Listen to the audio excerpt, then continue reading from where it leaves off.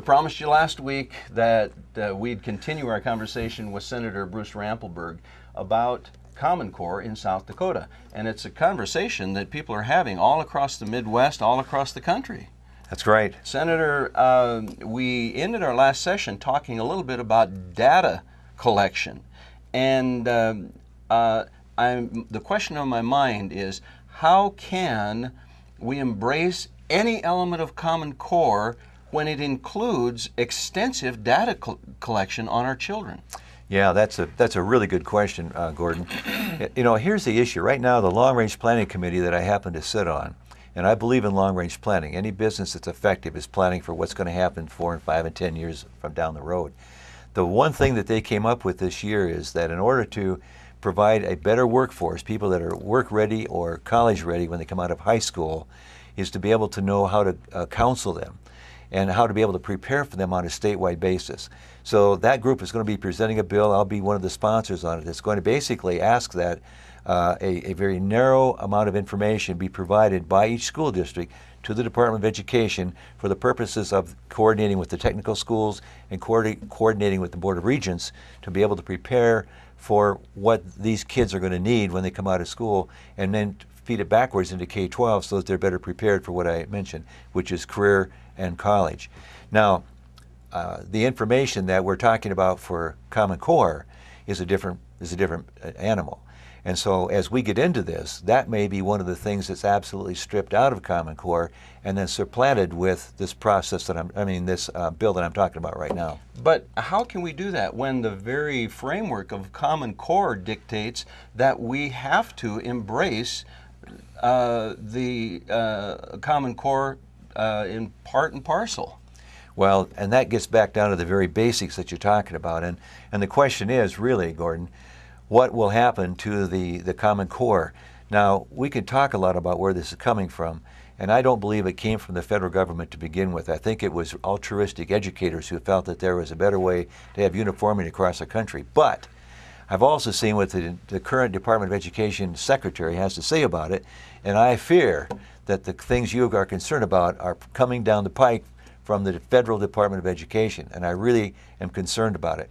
But I think in our state, as we get into this big discussion in the legislature, my hope is, and my plan would be, that we craft something where we can keep our standards, or maybe improve them a little bit, where we can gather appropriate data to plan for career and college for our students and how we might be able to work as a team without getting into the federal government. Now, Gordon, you know, we're talking about millions of dollars of federal money that will have to be supplanted by taxes on our South Dakotans. I'm not in favor of any more taxes on South Dakotans.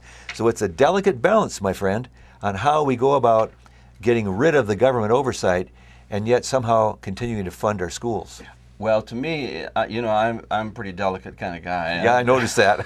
I've noticed over the years you're really very sensitive. I believe that we need to throw the whole mess out and let South Dakota make their own determinations. I don't think we need this framework that Common Core presents. You're a Republican, and so you probably know what the Republican Party platform says about Common Core. Very specifically, the South Dakota Republican Party platform says we will not embrace any additional Common Core elements, period. So here we are talking about Common Core and saying, well, maybe we'll take this, maybe we won't take that, when the Republican Party platform itself says, no more Common Core. Well, it's nice to be able to talk in black and white, but I think there's going to be an aura of gray in this process. I think you may well be right, and that is that we have to start with somehow abdicating the position that 2010 board approved and the legislature in 2010 approved. But how we go about doing that, I'm concerned that we approach this with a good plan that is fully debated and has a good solid basis underneath it, but rather than just, it's real easy to say, let's repeal Common Core. That's real easy. Yeah, it is for me. Well, but from my standpoint is, it's not that easy. We have other things that we have to consider. It doesn't mean we wouldn't have standards. What it means is we would let local control rule the day, and we would develop our own standards. look at Common Core, and if there are elements that make sense, I haven't seen too many of them, but if there are, then use those things to continue to improve our own standards, but reject federal intervention in education. Well, Gordon, the issue that I see is this: as I talk to people, our teachers and our superintendents across the state, 152 of them, have begun the process of moving toward Common Core. They have practices in place. They've been training people for several years right now. And to us, just to say you're no longer going to do Common Core, it's going to have a back wave that's going to be very difficult to anticipate. There's going to be unintended consequences. I'm sorry. I know. A certain salute. Yeah, I hear you. But my point though is, I think common sense needs to come to the table, and we have to come up with we can't just say we have to abandon this without having some way to do that. Well, you've heard it. We've had a lively discussion today. I guess the end of the day, you have to make that decision. Is Common Core common sense?